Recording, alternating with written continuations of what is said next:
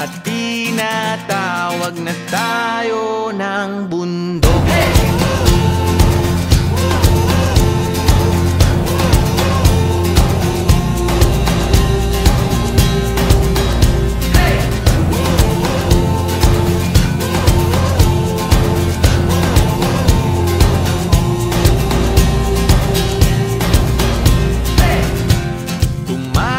Na tayo palayo sa maraming tao,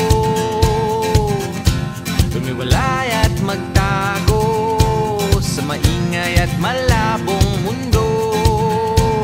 Bumubulong ang hanging habagat at hampas ng alon, dumudulog